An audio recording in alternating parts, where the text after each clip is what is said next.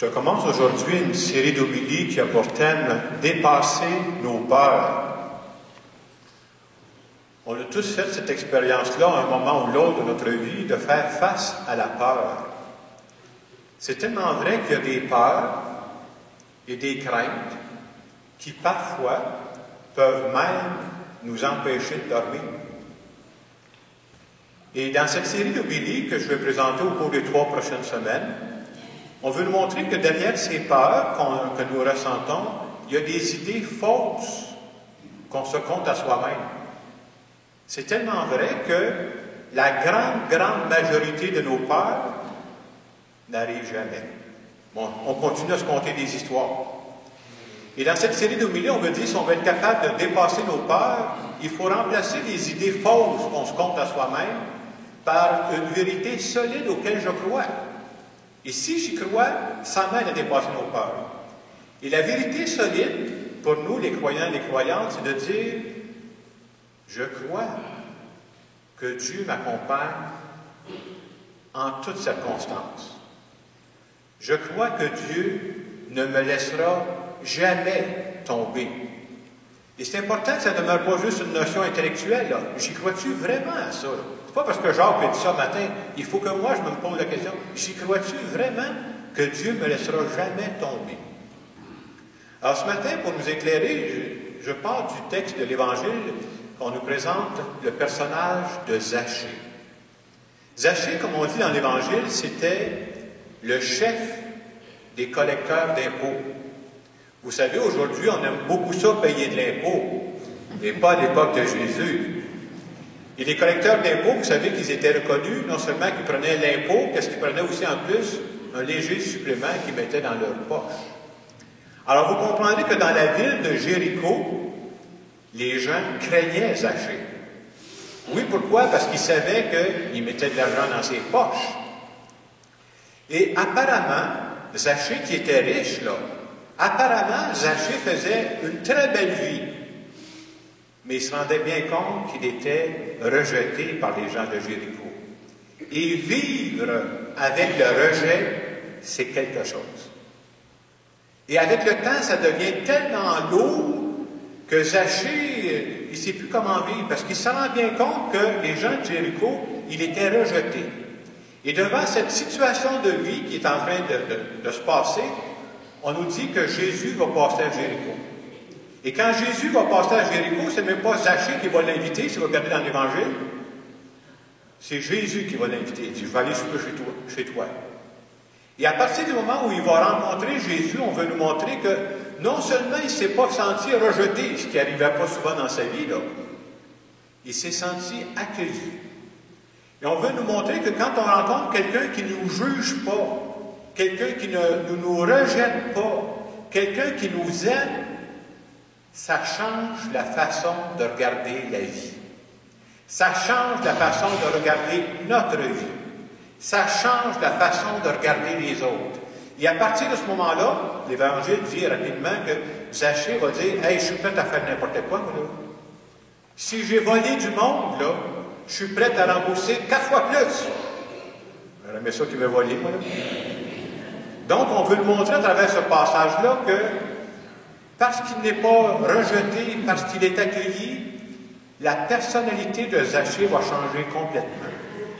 Alors, ce matin, la première page, je vous disais qu'on va parler sur comment dépasser nos peurs. Une des peurs qu'on a tous à un moment ou l'autre, c'est quoi? C'est d'être rejeté. On a peur d'être rejeté. Et je dirais qu'on peut le vivre à 3 niveaux. Je résume ça rapidement. Premièrement, j'ai peur d'être rejeté par les autres. Pourquoi? Ben, les autres vont trouver que je ne suis pas assez compétent. Les autres vont trouver que je ne suis pas assez bon, que je ne suis pas assez intelligent. Ou des fois, on a peur d'être rejeté par les autres. Pourquoi? Parce que je n'agis pas comme les autres.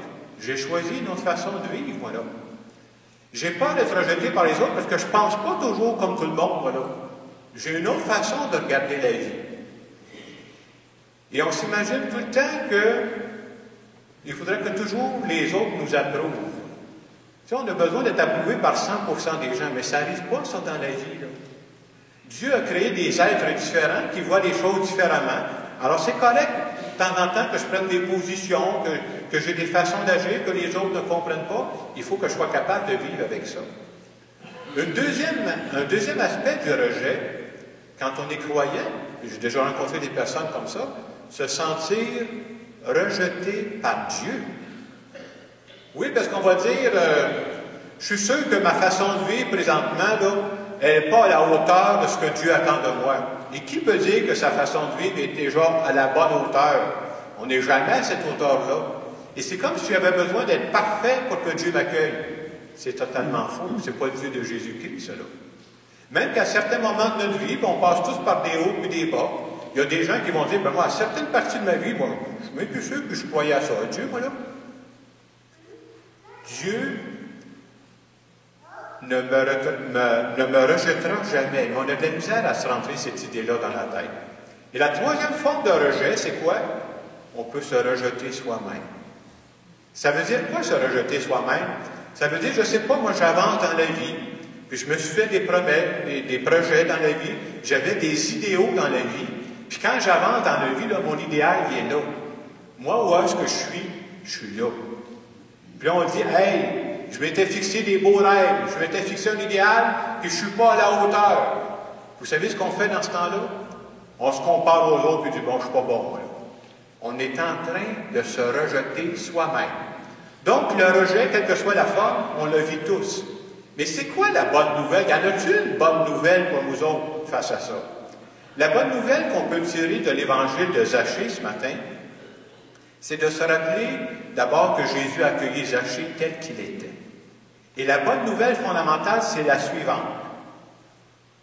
Dieu ne m'aime pas à cause de mes performances.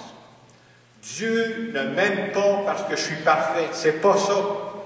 Dieu, il m'aime parce que je suis son enfant. Dieu, il m'aime parce que son Fils Jésus est venu sur terre et a donné sa vie pour moi.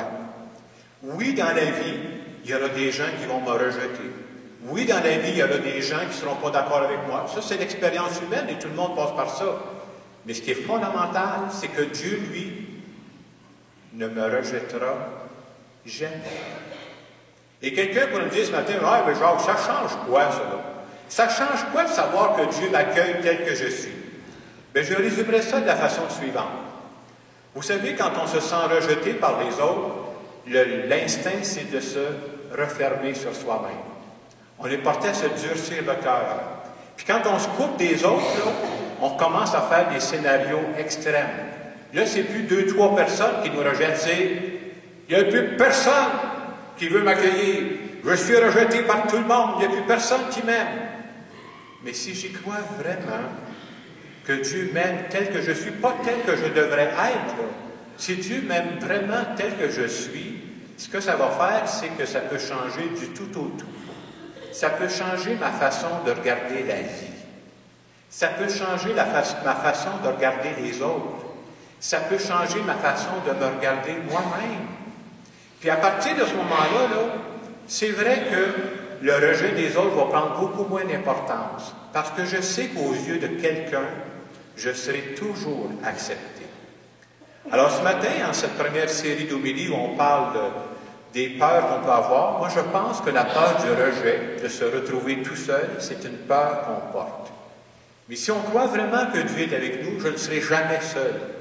Non seulement je ne serai jamais seul dans ma vie, là, Dieu veut que je sois une personne heureuse. Ça veut dire que Dieu va mettre dans ma vie les personnes dont j'ai besoin pour être une personne épanouie. Alors, en poursuivant notre célébration ce matin, je vous invite à présenter à Dieu, dans le fond de votre cœur, on n'a pas à crier ça à personne, y a-t-il des parties de ma vie présentement où je vis des tensions?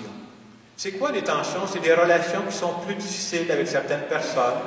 Peut-être des personnes qui présentement ne veulent pas trop nous parler ou avec qui les relations sont difficiles. C'est important de présenter ça à Dieu dans la prière. Dieu, toi qui m'accueilles, toi qui m'aimes tel que je suis, je te présente ces personnes-là. Viens ouvrir mon cœur. Viens ouvrir le cœur de ces personnes-là, parce que le but, c'est que je vive avec sérénité. Alors, je vous laisse quelques instants pour présenter ces situations à Dieu, en sachant que Dieu, c'est celui qui défait tous ces lieux.